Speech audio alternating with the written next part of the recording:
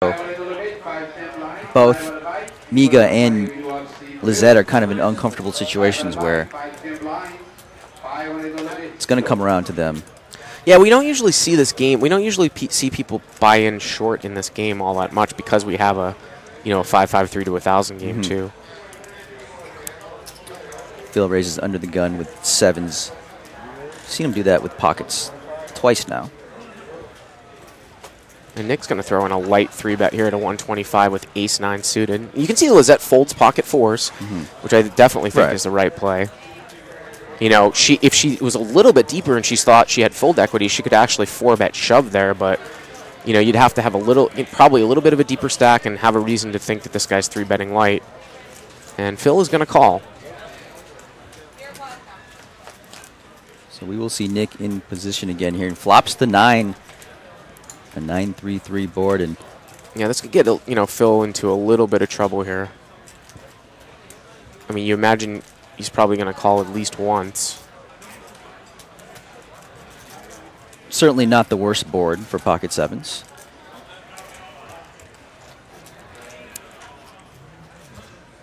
And Nick's going to bet out here. Looks like somewhere maybe 135, 140. A little bit over half the size of the pot. And again, the one advantage I think Nick has from playing this way is that you can't really put him on these hands of a jack-queen spades or ace-9 spades 3-betting pre-flop.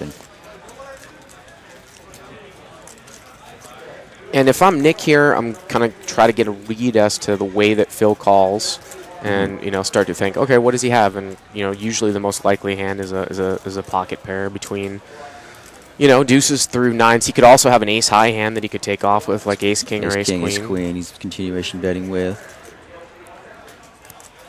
But you certainly don't have ace-9 in his 3-bet range there. Well, I'm talking about what if I'm Nick, what I think Phil is calling with. Oh, you think Phil's calling with. Yeah. Right. Now, Phil check calls here. And there's a king, so that is potentially within Phil's range if you're Nick. But well, here's the thing. This is it's an interesting turn card because you wouldn't think you can get called by worse if you're Nick. What do you do here on the turn? It should hit your range. If I had a hand like, say, pocket sixes and I 3-bet, I would definitely bet this card just in case I can bet out some better hands. But almost like it's way ahead, way behind here with with the ace-9. If you start doing a little bit more leveling, you could actually bet here and make it look like, oh, I'm just double barreling, and maybe you continue to get called by the guy from out of position.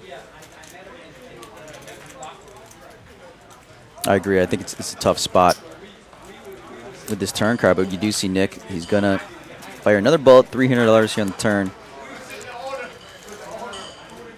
Yeah, he bets 300 here. Phil has likely probably seen enough of this hand, but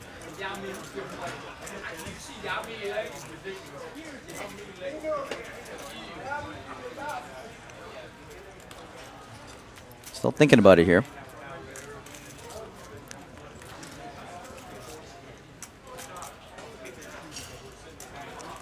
I did a podcast on Seed Open a couple weeks ago about turn value, about sometimes if you think you want to get one street, you can sometimes bet the turn and take a showdown here on the river. Wow, and Phil's going to turn his hand into a bluff here. He's check shoving here. This is a really, really strange hand because Phil could actually have the best hand here. If I was in Phil's spot, I might actually think I might have the best hand. And now Nick is like, oh, why did I bet the turn? Both players are kind of over-repping their hands, and they're both kind of turning their hands into bluffs, and now we have a rebluff here. It's a strange place to it's a strange hand to see. It's actually one of the strangest hands I've actually seen in a while.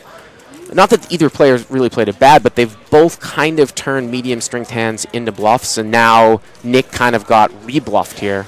I mean, you have to think that this is read-based for Phil to be doing, right?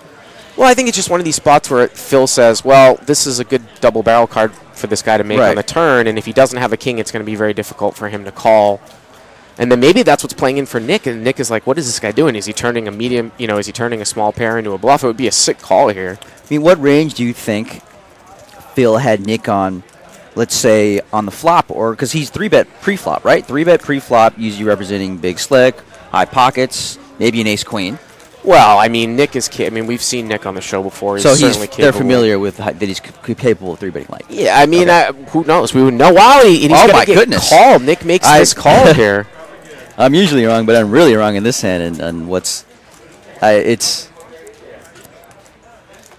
The river and the 8 diamonds and the ace 9 is going to win a large pot here of 3K. Can you? Wow, that call really threw me there. Well, I mean, again, that's part of the reason why you sometimes will merge a bet there on the turn with ace 9 because you're trying to make it look like you're bluffing. So if I'm Nick, I'm trying to make it look like I'm bluffing, Right. like repping the king. Maybe I get called down lighter, and then he all plays back at you. all of a sudden Phil check raises all in, and I'm like, wait a minute, what is this? You know, I wasn't planning on that happening. I wanted to get called, but what is this guy repping here? Do you think maybe that the I mean, Phil could have had ace king. I mean, I might have played ace king that way if I was in Phil's spot. But then again, I might check call the turn though too, as opposed to that's what I'm check raise saying? all Do you in. think that ace king on the turn is going to play back that hard though? I think that may have given him a little bit of information. You know, Phil wasn't all that. You know, Phil wasn't all that. I mean, once Nick bet 300 there on the turn, Phil only really had a pot size bet left. Right. So, you know, what are you going